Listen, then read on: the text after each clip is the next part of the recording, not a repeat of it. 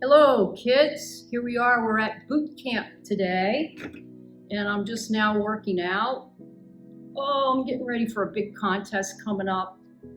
So I figured I'd better start doing a little exercising, and you can start to do this too because you can get out of your seat and let's do a few push-ups. 1, 2, 3, 4, 5. Then go to sit-ups, or since if I try to sit up here, I'll lose you. So I'm going to try another way of working the stomach muscles. So I'm going to sit on the chair and I'm going to kick my legs. But you can be doing sit-ups. Alrighty. Probably wondering why we're doing boot camp. Well, we got to get strong for this story that we're going to be learning about. And you'll know in a few minutes who we're going to be talking about. But I'll keep it secret for now. Today, I want us to focus on this lesson. God uses imperfect people to bring about His purposes for His glory and our good. I'll say that again. God uses imperfect people to bring about His purposes for His glory and our good. As you can see in the picture there, Lucy's pulling the ball out of Charlie Brown's feet as he was going to kick it. So she wasn't being very nice. So we're going to be talking about a man who wasn't really always very nice or kind, gentle, or any of those types of things. So let's go and find out who he is.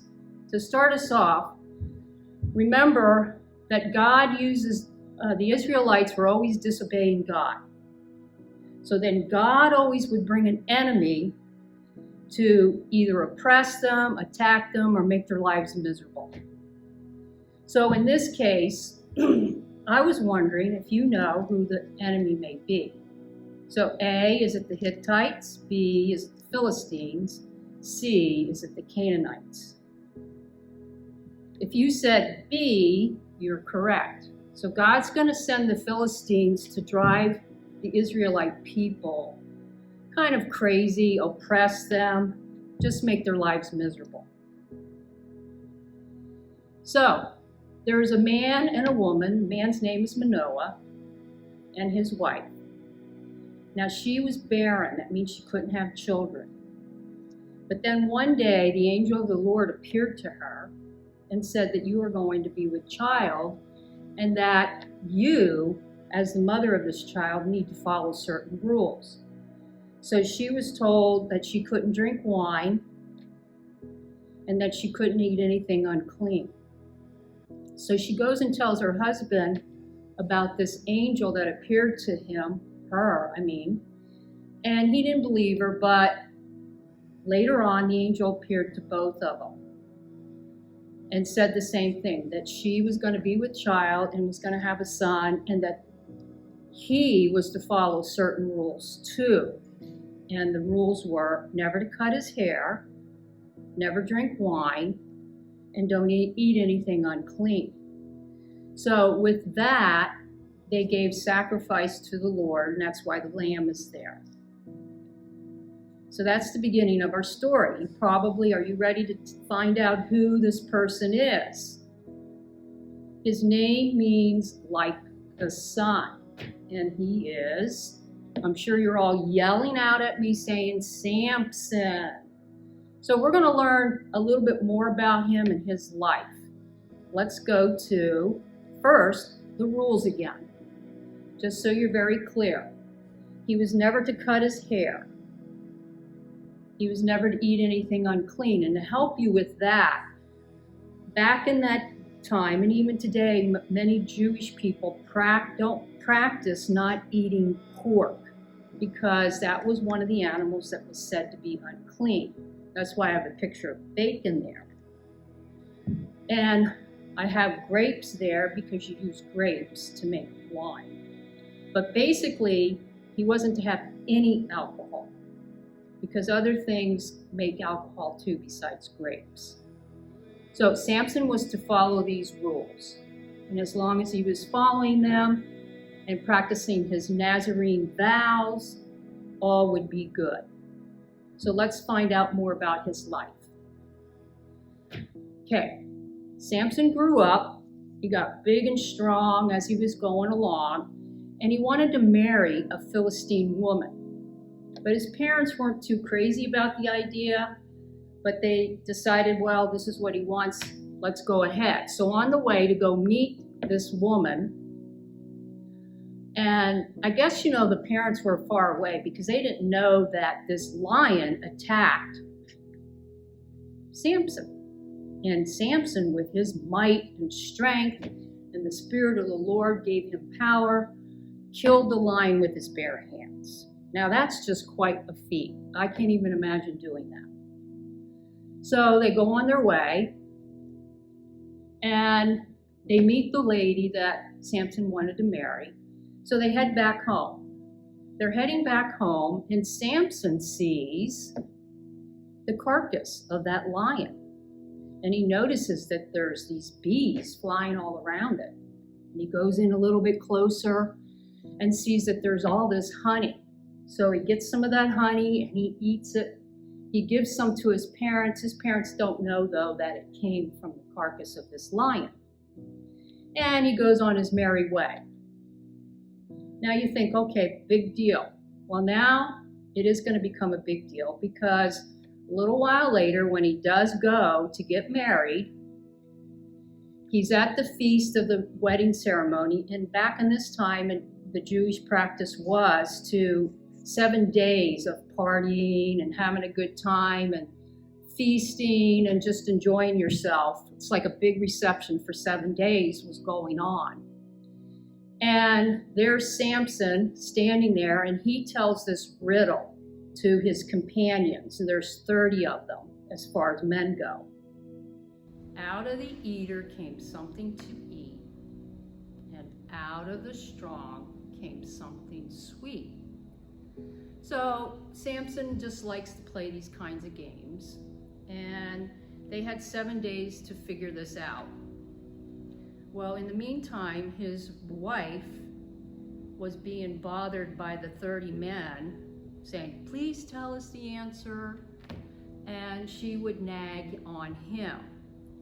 Well, he fooled her a couple different times with different answers and whatever, but eventually he got tired of her nagging, and he said the answer to him, which is, out of the eater came something to eat, would be the lion, and out of the strong came something sweet, which would be the honey.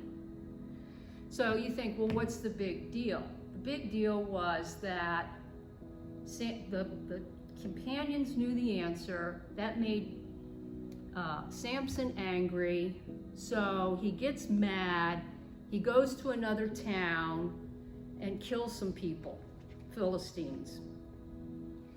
And then he comes back, he repays the men his part of the bargain, which were clothes that he got from the people he killed. So you think, okay, big deal. Well, it is a big deal because that made the Philistines even more angry. And so it is with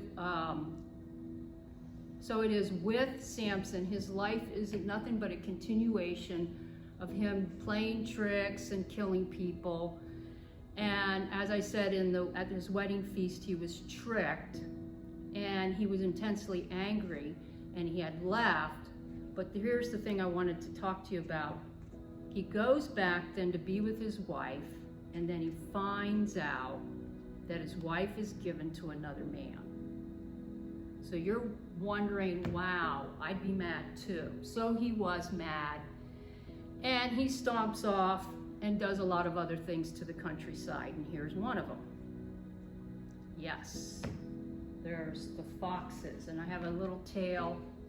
I happened to find it, thought I'd show it.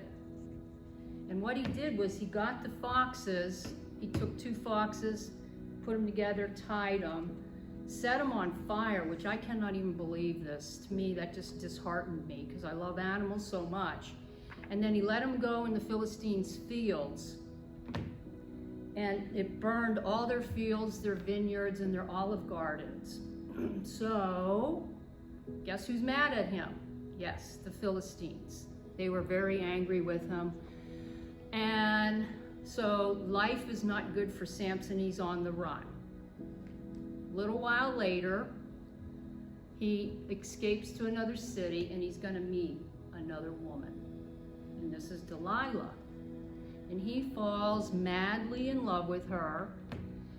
And he thinks this is going to be the woman for him. Well, let's find out what happens in this story. But she doesn't really have Samson's best interest at heart. Some rulers of the Philistines come and offer her money to find out, where does Samson's strength lie? What is the secret to his strength? So let the games begin. She goes to Samson and asked him, what gives you your strength? So one of the ways he said, well, if you tie me up in a bunch of bowstrings, fresh bowstrings, real tight, then I will become weak. So she does that and calls the rulers in, and of course, he busts out of them. Next, he says, get a bunch of new rope, tie me up real tight, and that will make me weak. Well, same thing happens. The rulers come in, he busts out of them, and they're disappointed again. So this goes on a couple more times when finally he gives the big reveal. Samson plays it, he continues this game, like I said, for a couple days, and we all know that that's not true, because we all know that his strength lies in his hair. So he says, if you cut my hair, I will lose my strength. So of course, they cut his hair. The Philistine rulers come and capture him, take him, gouge his eyes out, and now they put him to work. As you can see, he lives a life for a while as a millstone person, just grinding grain. And remember, now he's blind.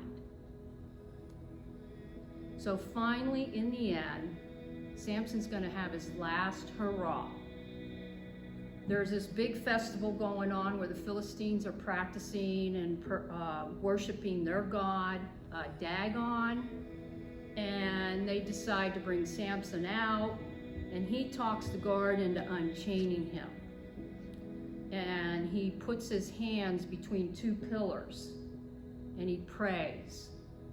He called out to the Lord, Lord, please remember me and strengthen me once more. And he pushes really hard on these pillars, and the whole temple building collapses down on all the people plus him.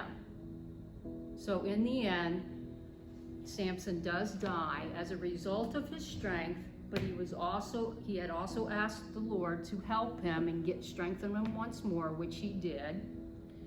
And in this scene, Samson killed more people in one day than he did in all the times before.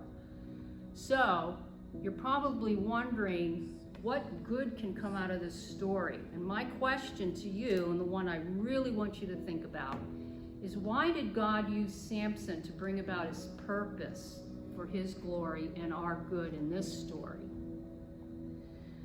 I'll give you some time to think about it, and then I'll just give you a little bit of what I think and what I've learned through studying this story. As I was reading through it, I was thinking Samson really isn't that great of a person. Well, personally, I'm not that great of a person either. And I really wasn't before I knew the Lord, I was not a very good person.